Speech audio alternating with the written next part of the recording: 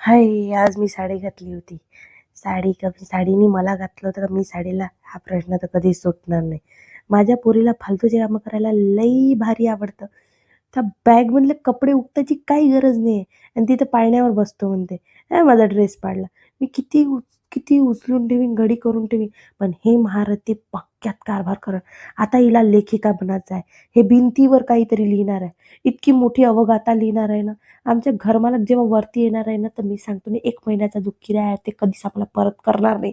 ह्या पोरीपायी आणि आम्ही काही म्हणू पण शकणार नाही. कारण की ह्या पोट्ट्यांनी असं घर रंगवून ठेवलं आहे ना, की काय सांगू. यांना कितीही म्हणू, असं करू नको. पेन्सिला लपून ठेवलं तर ठसा-ठसा बोंबलतात हे लेकरं. काय करू? आजी-आप्पाजी प्रश्नात पडले आहे, की हे पोरगी आम्हाला किडनॅप करते की काय? हे किडनॅप करण्याच्या चक्करमध्ये आहे यांना. भाऊ म्हणताय, "हाय आप्पा, कुठं चालले? माझ्यासाठी 2-3 चॉकलेट आणा आणि तुम्हा सगळ्यांना पण माझ्या पोराकडून बाय." आणि माझ्या पोरी तरी पण मला प्रश्नच पडला, की बाय कोण म्हणताय? मग हिच्या पाठोपाठ बाबा गेले. हिच्या पाठोपाठ मी पण माझा कॅमेरा घेऊन गेली. माझा पोरगा चप्पल दाखवून राहिला. "हे बघ माझी चप्पल." आणि आम्ही चाललो. म्हणलं, "कुठे चालला तुम्ही? कुठे चालला?" "हे पोरगी कुठे गेली?"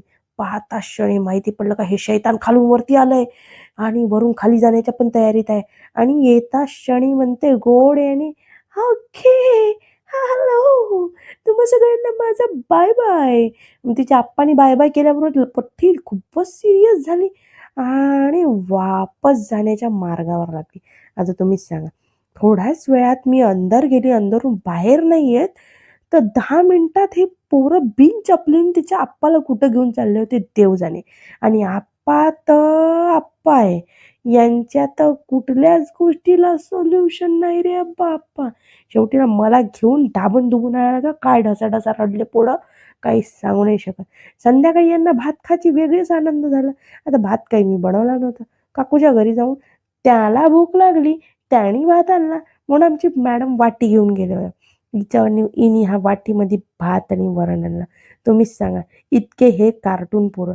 जेव्हा मी घरी ढसाढसा भात बनवते, ते एक घास खायचा नसतो यांना आणि नाही तेव्हा जेव्हा मग पाहिजे नसते, तेव्हा मग खालून जाऊन एवढ्या पायऱ्या चढून आणणार नाही, यांना काही तकलीफ. पोरं रे, लय भारी, लय भारी, लय भारी. असाच दिवस गेला यार. मी सांगून चक्क थकून गेली होती मी. लय